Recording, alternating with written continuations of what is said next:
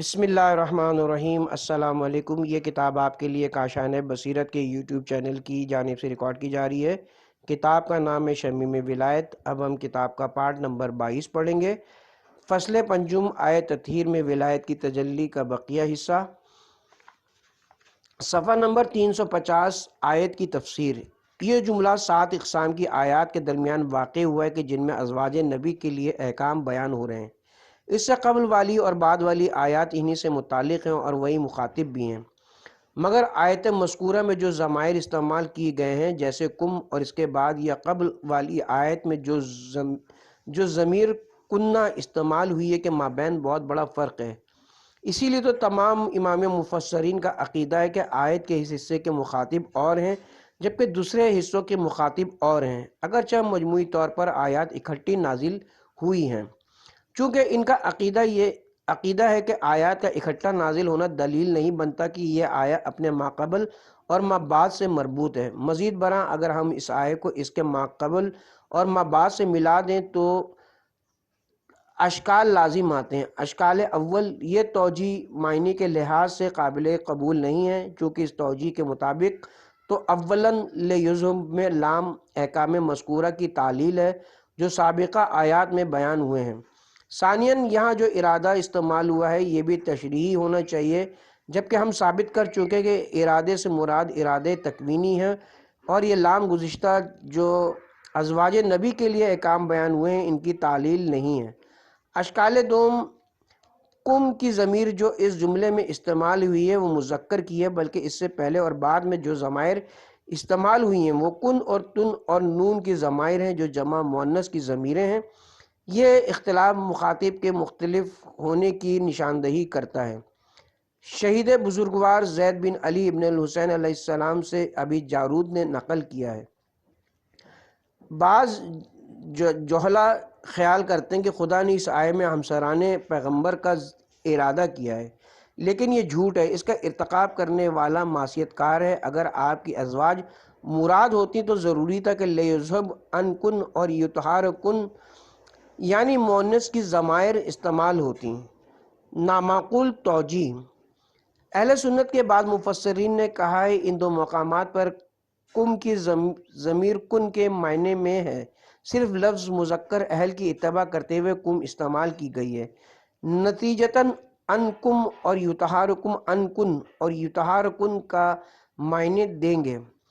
اس لحاظ سے آئے کہ مخاطبین میں کوئی فرق نہیں پڑتا ہے، ضمیر کی تغیر سے خطاب کی جہت اور مخاطب کی تعویض حاصل نہیں ہوتی۔ جواب، مگر اس سے قبل چند نکات پر توجہ کریں۔ الف، وحدت سیاق تقاضا کر رہی ہے مخاطب اگر ایک ہے تو پھر تمام ضمائر بھی ایک جیسی استعمال ہونی چاہیے اور ساتوں آیات میں ہم آہنگی ضروری ہے۔ بے وحدت سیاق وہاں درست ہوتا ہے جہاں ہمیں معلوم ہو کہ متکلم ایک ہی مطلب کو بیان کرنا چاہتا ہے، یا پھر حد اقل ہمیں اس کے خلاف کا علم نہ ہو، یعنی ہمیں علم نہ ہو کہ متکلم ایک سے زیادہ مطالب بیان کرنا چاہتا ہے۔ البتہ ایسے مقامات پر کہ جہاں قرینہ موجود ہو کہ متکلم چند مطالب کو بیان کرنا چاہ رہا ہے تو پھر وحدت سیاق کا دعویٰ بغیر شاہد کے ہو جائے گا۔ جیم، وہ خطاب جو ازواج نبی کو ہوا ہے اس کے ساتھ عتاب بھی موجود ہے، چونکہ انہیں طلاق کی دھمکی دی گئی ہے، عذاب کی دھمکی دی گئی ہے، گھر میں رہنے کی دھمکی دے دی گئی، جبکہ جو خطاب اہل بیت علیہ السلام کو فرمایا گیا اس میں احترام و اکرام ہے۔ یہ چیز عدم وحدت سیاق پر ایک دلیل بن جاتی ہے۔ دال، ایسی گفتگو کرنے والے متکلم نے مذکورہ آیہ کا تجزیہ و تحلیل نہ کیا، ورنہ اسے معلوم ہو جاتا کہ یہاں کون سا پیغام ہے، بلکہ اگر اس فرض کے مطابق مذکورہ جملے کی مخاطب ازواج نبی ہیں ہمیں اس کی تفسیر میں جاننا ہوگا، اور پھر مجبور ہو کر ہمیں ضمائر کے اختلاف کی توجیہ میں کہنا پڑے گا کہ یہ دو ضمائر لفظ اہل کی اتباع ہیں، مگر یہ کہنا قابل قبول نہیں ہے، کیونکہ نمبر ایک، ساتوں آیات کا مجموعہ جو مورود بحث ہے اس میں 24 ضمائر استعمال کی گئی ہیں، خصوصاً آیت نمبر 33 میں جمع کی 8 ضمائر سے کام لیا گیا ہے۔ ان 24 ضمائر میں صرف جمع مذکر کم کی 2 ضمیریں استعمال ہوئی ہیں، جبکہ باقی جمع مؤنث کی ضمائر ہیں۔ اب یہ سوال پیدا ہوتا ہے کہ ان دو ضمائر میں کیا خصوصیات پائی جاتی ہیں کہ یہ دو بھی لفظ اہل کی مناسب سے مذکور ہے، جبکہ باقی تقریباً 7 آیات میں 22 ضمائر اور اس آیت میں 6 دوسری ضمائر سے استفادہ کیا گیا ہے۔ ان میں وہ خصوصیات نہیں پائی جا رہی ہیں اور یہ جمع مذکر کی صورت میں استعمال ہوئی ہیں۔ اس نقطے پر توجہ کرتے ہوئے کہ مدعی تو قائل ہیں کہ یہ 7 ضمائر اکٹھی نازل ہوئی ہیں، مگر لفظ اہل کی اتباع اس قسم کا تقاضا کرتی ہے، تو پھر اس آیے کی 8 ضمائر بھی حد اقل جو اہل کے بعد ہیں وہ بھی اس طرح کی اتباع کریں۔ نمبر 2، یہ توجیہ اس صورت میں صحیح کہ جب ضمیر مؤنث کا اہل کی طرف پلٹنا غلط ہو، جبکہ اہل وہ کلمہ ہے جس کی طرف مذکر اور مؤنث دونوں کی ضمیریں پلٹ سکتی ہیں۔ زمخشری جو اہل سنت کے عظیم مفسرین میں سے ہیں، وہ سورہ نساء کی آیت نمبر 75 کے ذیل میں لکھتے ہیں کہ اگر کہا جائے تو بھی جائز ہے، چونکہ موصوف مؤنث سے القریہ نہیں ہے، بلکہ اس جہت سے ہے کہ مؤنث اور مذکر کے لحاظ سے لفظ اہل کا برابر ہے۔ اگر اسے مؤنث لایا جائے تو کہا جائے گا۔ زمخشری کے ادا کی دلیل یہ ہے کہ کتاب لغت اہلون اور اہلات دونوں کو اہل کی جمع تحریر کیا ہے۔ نتیجہ یہ ہوتا ہے کہ لفظ اہل کی اتباع اور پیروی کے لیے سیاق کی تبدیلی دلیل نہیں بن سکتی، بلکہ اس کا عامل کوئی اور چیز ہے۔ دوم، تعین مصادق۔ آیت تطہیر کے بعض مفردات کی وضاحت اور تفسیر سے معلوم ہوتا ہے کہ آیے کے مخاطبین کے لیے ضروری ہے کہ مقام عصمت پر فائز ہوں۔ دوسری طرف کسی نے تردد نہیں کی ہے کہ اصحاب رجس کا ارادہ تطہیر کے لیے مخصوص ہیں۔ ان کے ساتھ جن کی طرف کم کی 2 ضمیریں پلٹ رہی ہیں اور وہ اہل البیت ہیں، اور یہی مخاطب خداوند کریم ہے۔ اب یہ دیکھنا ہے کہ آیہ کریمہ کے اس حصے کا مخاطب کون ہے اور لفظ اہل البیت کا مصداق کون ہے۔ آیہ تطہیر کے متعلق پایا جانے والا اختلاف اس لفظ کی حدود تعین کرتے وقت پیدا ہوتا ہے۔ اہل سنت کے بعض مفسرین کا کہنا ہے کہ اہل البیت سے مراد آپ کی ازواج اولاد حضرت فاطمہ الزہرا سلام اللہ علیہا، امیر المومنین امام حسن و امام حسین ہے، جبکہ بعض دوسرے حضرات کا کہنا ہے کہ اس سے بنی ہاشم کے مومن افراد مرد و زن مراد ہیں، یعنی جن پر صدقہ حرام قرار دیا گیا ہے وہ مراد ہیں، خواہ ان کا تعلق آل علی سے ہو یا آل عقیل سے، آل جعفر سے ہو یا آل عباس سے۔ اس لحاظ سے تو پھر بنی عباس کے تمام خلفاء اہل البیت کا حصہ ہیں۔ رجس و پلیدی ان سے دور ہے، وہ تطہیر شدہ افراد ہیں۔ اس سلسلے میں کئی دوسرے اقوال بھی موجود ہیں۔ یہ نقطہ یاد رکھے، کسی نے بھی خمسہ طیبہ یعنی علی، فاطمہ، حسن و حسین اور سرکار دو عالم صلی اللہ علیہ وآلہ وسلم کا انکار نہیں کیا۔ اگرچہ فخر الدین رازی نے حضرت علی کے شامل ہونے کے متعلق نواسب کے نظریے کو اختیار کیا ہے، ان کا کہنا ہے کہ خطاب اس جہت سے حضرت علی کو شامل کر رہا ہے چونکہ آپ نے پیغمبر کے گھر میں پرورش پائی تھی اور وہاں موجود تھے، لہٰذا انہوں نے تو چادر کے نیچے جانا ہی تھا۔ آلوسی نے مواخات کے واقع اور رسول اکرم کا حضرت علی کو اپنا بھائی بنانے کے متعلق اشارہ کیا ہے، چونکہ آپ پیغمبر کے داماد تھے اور ان کے گھر پر پرورش پاتے رہے، اس لیے ایسا ہوا ہے۔ جبکہ شمولیت کا فلسفہ حقیقی روحانی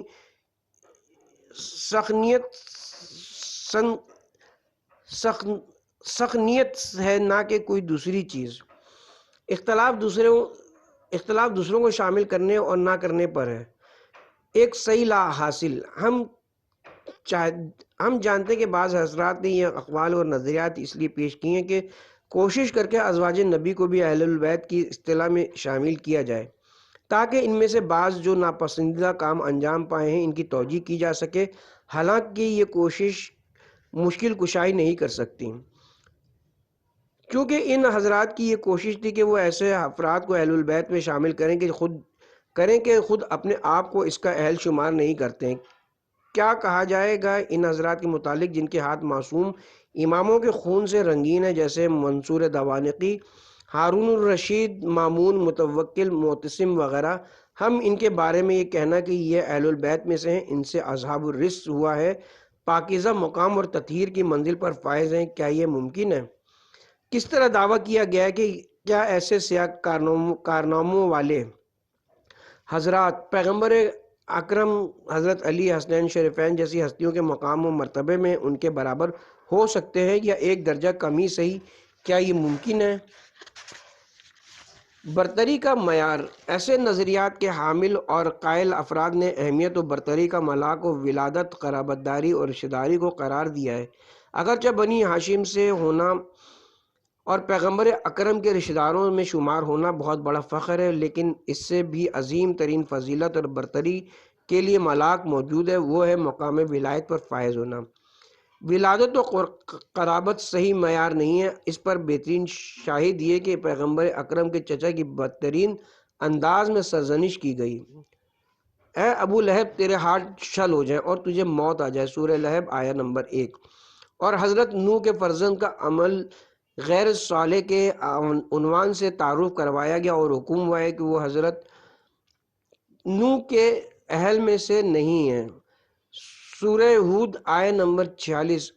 اے نوح، یہ تیرے اہل میں سے نہیں ہے، یہ وہ ہے جس کا عمل صالح نہیں ہے۔ اور حضرت نوح اور حضرت لوط کی بیویوں کی مثال و نمونہ بنا کر بیت نبوت کی خائنہ کے طور پر کفار کے سامنے متعارف کرایا گیا۔ اللہ تعالیٰ نے کفار کے لیے نوح کی بیوی اور لوط کی بیوی کی مثال پیش کی ہے۔ یہ دونوں ہمارے بندوں میں سے دو صالح بندوں کی زوجیت میں تھیں، مگر ان دونوں نے اپنے شوہروں سے خیانت کی تو وہ اللہ کے مقابلے میں ان کے کچھ بھی کام نہ آئے، اور انہیں حکم دیا گیا تم دونوں داخل ہونے والوں کے ساتھ جہنم میں داخل ہو جاؤ، سورہ تحریم آیت نمبر 10۔ واضح رہے کہ ایک جہنمی انسان نبوت کے گھر کے اندر بھی موجود ہو سکتا ہے۔ یہی نمونہ پیش ہے کفار کے سامنے، یہ کبھی اس گھر کے اہل نہیں ہو سکتے، بے شک اس گھر کے اندر زندگی بسر کرتے ہوں اور شریک حیات بھی شمار کیے جاتے ہوں۔ اس اساس کے تحت حضرت امام جعفر صادق علیہ السلام نے ارشاد فرمایا: علی علیہ السلام کی ولایت میرے لیے ان کا فرزند ہونے سے زیادہ محبوب ہے، چونکہ آپ کی اولاد ہونا باعث فضیلت ہے جبکہ آپ کی ولایت واجب ہے۔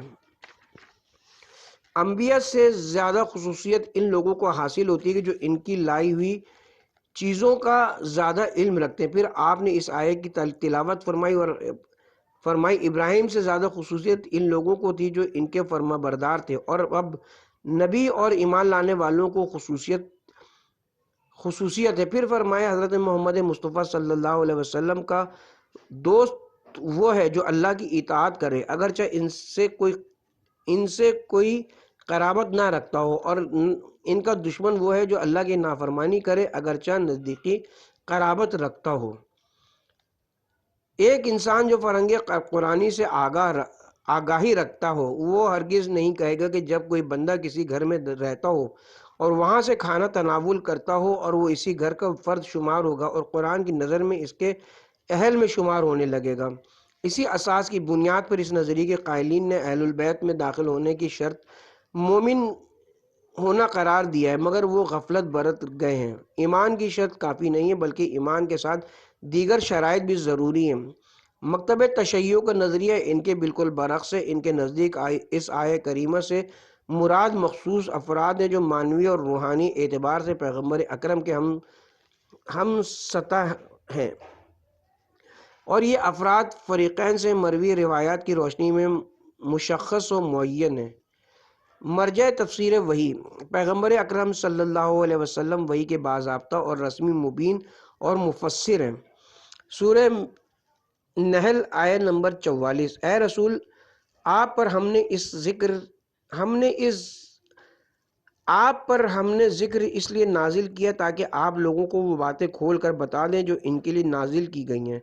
قرآن کریم کی معتبر تفسیر و تبیین وہ ہے کہ جو آپ سے نقل شدہ یا آپ پر جا کر منتہی ہوئی ہے۔ آیت تطہیر کی حقیقی تفسیر و مصداقین کی ذمہ داری بھی آپ پر عائد ہوتی ہے۔ آپ نے اس خدائی ماموریت کو متعدد مقامات پر مختلف صورتوں میں بڑے خوبصورت اور واضح انداز میں بیان فرمایا ہے۔ نمبر 1، حضرت ابو بصیر نے حضرت امام جعفر صادق علیہ السلام سے نقل کیا، آپ نے فرمایا: رسول گرامی قدر کا ارشاد ہے، میں تمہیں کتاب خدا اور اپنے اہل بیت کے متعلق وصیت کرتا ہوں۔ میں نے اپنے رب سے استدعا کی ہے کہ ان دونوں کے درمیان جدائی نہ ڈالے، یہ دونوں مجھ سے حوض کوثر پر ملاقات کریں گے خدا نے میری یہ دعا قبول فرمائی، میرے اہل بیت کو کبھی کوئی چیز نہ سکھانا چونکہ وہ تم سے زیادہ عالم ہے۔ میرے اہل بیت تمہیں ہدایت سے دور نہیں کریں گے اور نہ کبھی گمراہی کی وادی میں داخل ہونے دیں گے۔ پھر امام صادق علیہ السلام نے فرمایا، اگر پیغمبر اکرم خاموش ہو جاتے اور مزید کوئی لفظ بھی ارشاد نہ فرماتے کہ ان کے اہل بیت کیا ہیں، تو پھر آل فلاں بھی اس ادعا کرتے کہ ہم اہل بیت میں سے ہیں۔ الف طریقہ گفتار اور بیان حدیث۔ حضرت ابو سعید خدری نقل کرتے ہیں، رسول خدا نے فرمایا، آیت تطہیر 5 افراد کے متعلق نازل ہوئی، میرے بارے میں، حضرت علی، حضرت فاطمہ زہرا اور حسنین شریفین کے بارے میں۔ اس حدیث میں اور اس کی طرح کی دوسری احادیث میں اہل بیت کے واضح اور روشن مصادق کو بیان کیا گیا ہے۔ بے چادر کے نیچے اجتماع۔ روایات میں مذکور ہے کہ ایک دن پیغمبر اکرم حضرت ام سلمہ کے گھر تشریف فرما تھے کہ حضرت جبرائیل علیہ السلام یہ آیت لے کر نازل ہوئے۔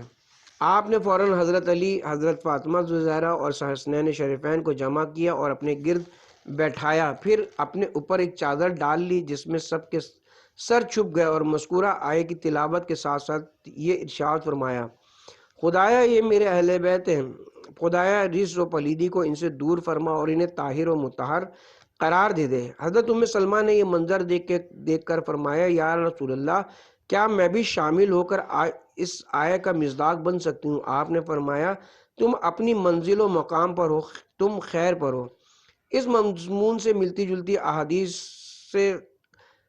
احادیث کثیر تعداد میں موجود طرفین سے منقول ہیں۔ ہم نے اصل ماجرا آپ کے سامنے بیان کیا ہے، مگر اس ماجرے میں بعض جالب نکات بھی موجود ہیں کہ حضرت ام سلمہ سے روایت کے بعض حصے یوں بھی منقول ہیں کہ آپ نے فرمایا، تم خیر پر ہو، تم ازواج نبی میں سے ہو، یہ نہیں فرمایا کہ تم اہل بیت میں سے ہو۔ یہ بھی منقول ہے کہ آپ نے مجھ سے فرمایا، تم میری شائستہ بیویوں میں سے ہو، اور مجھ سے فرماتے کہ تم میرے اہل بیت سے ہو، تو یہ اعزاز میرے لیے ہر چیز سے بہتر تھا، جس پر سورج چمک رہا ہے اور جس سے سورج غروب کرتا ہے۔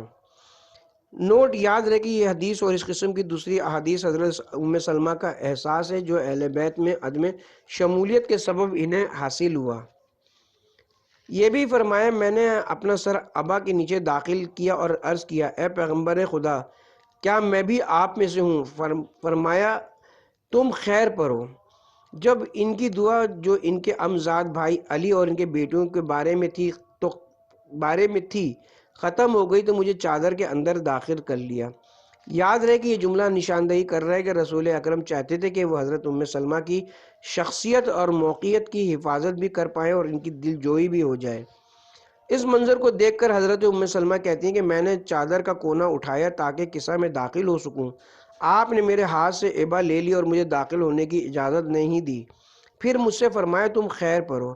پیغمبر اکرم نے اپنی ابا زمین پر بچھائی اور اس پر سب کو بیٹھا دیا، پھر ابا کے چاروں کونے اپنے بائیں ہاتھ میں پکڑے اور ان کے سروں پر ڈال دیا اور اس پر اپنا دایاں ہاتھ رکھ کر فرمایا، رسول اکرم صلی اللہ علیہ وسلم، حضرت فاطمہ الزہرا، امام علی اور سرداران جنت میرے گھر تشریف فرما تھے۔ میں نے ان کے لیے خزیرہ، ایک سوپ ہوتا ہے جو گوشت، آٹے اور پانی کو ملا کر بنایا جاتا ہے، تیار کیا، جسے نوش کرنے کے بعد سب آرام کرنے لگے۔ پھر آپ نے ان پر اپنی چادر ڈال دی اور فرمایا، روایت کا یہ مجموعہ پیغمبر اکرم کی طرف سے کیے گئے انتظام و اہتمام آیت تطہیر کے بیان اور آپ نے جو اہل بیت کے مصادق بیان کیے ہیں کا ایک سلسلہ ہے۔ البتہ حضرت ام سلمہ پیغمبر اکرم کی صالح اور شائستہ ترین ہمسر ہیں جو فریقین کے ہاں عزت و احترام کے لائق سمجھی جاتی ہیں، اور ائمہ اطہار علیہم السلام نے بھی انہیں ہمیشہ عزت و بزرگی سے یاد کیا ہے، مگر پیغمبر نے انہیں بھی اس اجتماع میں داخلے کی اجازت مرمت نہیں فرمائی۔ جب انہوں نے از خود ابا اٹھائی تاکہ اس کے نیچے داخل ہو جائیں تو آپ نے ان کے ہاتھ سے ابا لے لی اور اسے سمیٹ لیا تاکہ کوئی دوسرا یعنی حضرت ام سلمہ وغیرہ اس پر نہ بیٹھ سکیں۔ چونکہ حضرت ام سلمہ کو موضوع کی اہمیت اور خصوصیت کا اندازہ ہو گیا تھا، تبھی تو سوال کیا کیا میں بھی ان میں شامل ہوں؟ آپ نے بڑے احترام سے جواب دیا کہ نہیں۔ تبھی تو حضرت ام سلمہ نے بڑی حسرت سے آرزو کی کہ کاش اگر مجھے فرماتے تو جس چیز پر سورج کی کرنیں پڑتی ہیں اس کے حصول سے بھی میرے لیے یہ اعزاز بہتر ہوتا۔ یاد رہے حدیث قصہ والے واقعے کا حضرت ام سلمہ کے گھر بپا ہونا خود اس بی بی کی عظمت و بزرگی اور بلند مرتبے پر ایک دلیل ہے، اور پھر انہیں داخل ہونے کی اجازت نہ دینا گویا پیغام ہے کہ جب حضرت ام سلمہ اتنے بلند مرتبے پر فائز ہونے کے باوجود اہل بیت علیہ السلام کا حصہ نہیں بن سکیں تو پھر دوسرے افراد تو یقیناً اس سے خارج ہیں۔ حضرت ام سلمہ سے یہ واقعہ نقل ہونے میں ہمیں تھوڑا سا اختلاف دیکھنے کو ملتا ہے۔ شاید اس کی وجہ یہ ہے کہ یہ واقعہ ایک بار انجام پایا ہے، لیکن حضرت ام سلمہ نے جب بھی اسے نقل کیا اسے کسی تاریخ گوشے پر روشنی ڈالتی چلی گئی ہیں۔ جب ہم حدیث قصہ اور دوسری روایات کا باہم مقایسہ کرتے ہیں تو اس احتمال کو تقویت ملتی ہے کہ واقعہ حضرت زہرا سلام اللہ علیہ کے گھر واقع ہوا ہے۔ جیم در زہرا پر روزانہ سلام۔ آیہ تطہیر کے نازل ہونے کے بعد سے لے کر ایک مدت تک نماز صبح کے لیے بیدار ہوتے تو رسول کائنات حضرت فاطمۃ الزہرا کے دروازے پر آ کر کھڑے ہو جاتے، دونوں ہاتھ چوکھٹ کے دونوں اطراف پر رکھتے اور فرماتے: سلام ہو اہل بیت، خدا کی رحمتیں و برکتیں ہو، نماز کے لیے اٹھ جائیے۔ جو تم سے جنگ کرے گا میں اس سے جنگ کروں گا، جو تم سے صلح کرے گا میں اس سے صلح کروں گا۔ حضرت ابن عباس سے منقول ہے، روزانہ ہر نماز کے وقت یعنی دن میں 5 مرتبہ پیغمبر اکرم یہ عمل بجا لاتے کہ در زہرا و علی پر آتے اور فرماتے: السلام علیکم ورحمۃ اللہ، انما یرید اللہ، اللہم صلی علی محمد وعلی محمد۔ اس دوران آپ صلی اللہ علیہ وآلہ وسلم کے تشریف لانے، سلام کرنے اور آیت تطہیر کی تلاوت کرنے کی مقدار و تعداد بھی لکھی گئی ہے، البتہ روایات مختلف ہیں۔ 40 دن، 6 ماہ، 7 ماہ، 8 ماہ، 9 ماہ، 17 ماہ۔ یاد رہے ان روایات میں موجود اختلافات کا فلسفہ یہ ہے کہ جس نے جتنی مدت مشاہدہ کی اس نے بیان کر دی ہے، یعنی اگر ایک راوی مدینے میں 40 دن تک رہا اس نے مشاہدہ کی اور ساتھ ہی روایت بھی کر دی کہ پیغمبر اکرم نے 40 دن اس عمل کا تکرار کیا ہے، پھر اگر کوئی 6 ماہ رہا اس نے اگر کوئی 7 ماہ رہا۔ بعض روایات میں اس بات کا اندیہ بھی موجود ہے کہ آپ نے اپنی حیات طیبہ کے آخری ایام تک اس عمل کا تکرار جاری رکھا۔ حضرت کے غلام ابو الحمرا سے منقول ہے، حضرت نفی بن حارث جو اس روایت کے راوی ہیں نے حضرت ابو الحمرا سے پوچھا گھر میں کون ہوتا تھا؟ اس نے جواب دیا علی، فاطمہ، حسن اور حسین۔ یہ روایت ہے کہ جس میں آیا ہے ہر نماز صبح کے وقت، البتہ اس میں مدت بیان نہیں کی گئی، البتہ اس سے اتنا ضرور معلوم ہوتا ہے کہ آپ اس عمل کو آخر دم تک بجا لاتے رہے، جیسا کہ حضرت ابن عباس سے مروی ہے، روایت میں ہے جسے جناب سیوطی نے نقل کیا ہے وہ بھی بالکل اسی طرح کی ہے۔ جو روایت ابو الحمرا سے منقول ہے اس سے ملتی جلتی روایات شیعہ ماخذ میں موجود ہیں کہ آپ نے آخر دم تک اس عمل کو انجام دیا ہے۔ نیز حضرت امام حسن مجتبیٰ علیہ السلام نے جب طاغوت دمشق کی طرف سے مسلط کی گئی صلح کو قبول کیا تو اپنے خطاب میں فرمایا،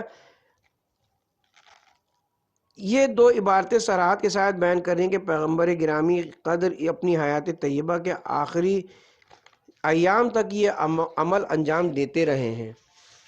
اس اتفاق پر ایک معید بھی موجود ہے، چونکہ ان ایام میں مدینہ منورہ بیرونی وفود اور مختلف گروہوں کی رفت و آمد کا مرکز بنا ہوا تھا جو دور و نزدیک کے شہروں اور دیہاتوں سے آتے، پیغمبر گرامی قدر سے مذاکرات اور مباحثے کرتے، آیت الہیہ کو سنتے، احکام شریعت سیکھتے، اپنے سوالات کے جواب لیتے۔ بعید نہ ہوگا اگر میں کہہ دوں کہ پیغمبر گرامی قدر نئے آنے والوں کے سامنے اپنے اہل بیت کا تعارف کرانے کی غرض سے اس عمل کا آخری ایام تک تکرار کرتے چلے گئے ہیں۔ یہ بھی احتمال موجود ہے کہ آیت تطہیر وصال ختم مرتبت کے 17 ماہ قبل نازل ہوئی ہے اور پیغمبر نے اس سارے عرصے میں دروازے بطول پر اس کی تلاوت اور درود و سلام کا عمل جاری رکھے ہوئے ہوں۔ اس طرح انہی روایات اور دوسری روایات کے درمیان جمع ممکن نظر آتی ہے۔ زید داستان مباہلہ۔ سرکار دو عالم پیغمبر ختمی مرتبت کی حیات طیبہ کے آخری سالوں میں نصارہ نجران کا ایک وفد مدینہ آیا۔ اس نے مسجد نبوی میں آپ سے ملاقات، بحث و گفتگو کا شرف حاصل کیا۔ حق ان پر عیاں ہو چکا تھا، مگر عناد و کینہ، شرمندگی و بے عزتی کے خوف سے وہ قبول کرنے کو تیار نہیں تھے۔ تب آپ کو حکم ہوا کہ انہیں مباہلے کی پیشکش کریں، اس طرح کہ آپ اور نجران کے نصارہ کا سربراہ اپنے عزیز ترین مردوں، عورتوں اور بچوں کو ہمراہ لائیں، البتہ وہ ہوں جو انہیں جان سے زیادہ عزیز ہوں۔ ایک دوسرے کے مقابل آئیں، یہ دونوں گروہ بددعا شروع کریں، خدا کی لعنت جھوٹوں پر ہو گئی۔ حیات نصارہ نجران نے مباہلے کا چیلنج قبول کیا۔ پیغمبر اکرم صلی اللہ علیہ وسلم نے مردوں کو اس معاشرے میں سے صرف حضرت علی کے انتخاب پر اتفاق کیا اور خواتین میں سے صرف سیدۃ النساء العالمین کو ساتھ لیا، اور بچوں میں سرداران جوانان جنت کو ہمراہ لے جانا کافی سمجھا۔ آپ نے جو ہی مباہلے کے میدان میں قدم رکھا اور نصرانیوں کی نظر پڑی، انہوں نے آپ اور آپ کے ہمراہ تشریف لانے والوں ان کے چہروں پر چھائی ہوئی سنجیدگی اور متانت دیکھی تو فوراً مباہلے سے منصرف ہو گئے۔ یاد رہے کہ ابنا، انفس اور نساء اس میں جمع ہیں۔ پیغمبر اکرم کو چاہیے تھا کہ وہ اس میں جمع کی لاج رکھنے کی خاطر کم از کم 9 افراد کو اپنے ہمراہ لے جاتے، 3 مرد، 3 عورتیں، 3 بیٹے، چونکہ کم از کم جمع کا اطلاق 3 پر ہوتا ہے، جبکہ آپ اپنے ہمراہ صرف 4 افراد کو لے کر گئے۔ یہاں سے معلوم ہوتا ہے کہ آپ کی نظر میں ان 4 ہستیوں کے علاوہ کسی کے اندر میدان مباہلہ میں جانے کی استعداد تو صلاحیت نہیں تھی۔ جناب فخر الرازی داستان مباہلہ کو یوں نقل کرتے ہیں: جب حضرت محمد مصطفیٰ صلی اللہ علیہ وسلم مباہلے کی غرض سے نکلے، ایک انسلا سیاہ رنگ کا پشمین کا کپڑا آپ نے کندھوں پر ڈال رکھا تھا، امام حسین علیہ السلام کو بغل میں لیے ہوئے تھے، امام حسن کی انگلی تھام رکھی تھی، حضرت فاطمہ الزہرا آپ کے پیچھے اور حضرت علی ان کے پیچھے چل رہے تھے۔ آپ نے اپنے وفد کو حکم دیا: جب میں دعا مانگوں تو تم نے آمین کہنا ہے۔ پھر مزید کہتے ہیں، روایت میں مذکور ہے کہ میدان مباہلہ میں حضرت کے پاس وہی سیاہ رنگ کی لمبی چادر تھی جس کے نیچے آپ نے امام حسن، امام حسین، حضرت فاطمہ، حضرت علی کو جمع کیے۔ جب سب اکٹھا ہوئے تو آپ نے فرمایا: انما یرید اللہ لیذھب عنکم الرجس۔ فخر رازی اختتام پر کہتے ہیں، مفسرین اور محدثین گویا سب اس حدیث پر اتفاق کرتے ہیں۔ اہل سنت کے مشہور اور بزرگ عالم دین جناب عیسیٰ ترمذی اپنی کتاب میں تحریر فرماتے ہیں، حضرت سعد بن ابی وقاص اپنے والد سے نقل کرتے کہ جب آیہ مباہلہ نازل ہوئی تو آپ نے حضرت علی، حضرت فاطمہ الزہرا، حضرت امام حسن اور حضرت امام حسین علیہ السلام کو بلا کر فرمایا: اے میرے رب، یہ میرے اہل ہیں۔ کہا جا سکتا ہے کہ اگر واقعاً کوئی دوسرا فرد بھی اہل بیت کا مصداق ہوتا، آپ اسے بھی حاضر کرتے، چونکہ کم از کم 9 افراد کی ضرورت تھی۔ اس طرح دوسروں کو میدان مباہلہ میں نہ لے جانا بتلاتا ہے کہ ان کے علاوہ کسی پر اہل البیت کا مفہوم صادق نہیں آتا۔ ہماری اب تک کی بحث سے نتیجہ لیا جا سکتا ہے، خصوصاً اس نقطے پر کہ حضرت ام سلمہ کو بھی اجازت نہیں دی گئی کہ لفظ بیت جس پر الف لام بھی موجود ہے، اس سے مراد وہ گھر نہیں ہے جس میں زندگی بسر کی جاتی ہے، بلکہ اس سے مراد وہ بیت محمود ہے جو خدا اور پیغمبر اکرم صلی اللہ علیہ وسلم کے درمیان مشہور اور جانا پہچانا جاتا ہے۔ پیغمبر صلی اللہ علیہ وسلم نے استدعا کی کہ اس بیت محمود کی حفاظت کی جائے اور اس میں رہنے والوں کا تعارف کرایا جائے۔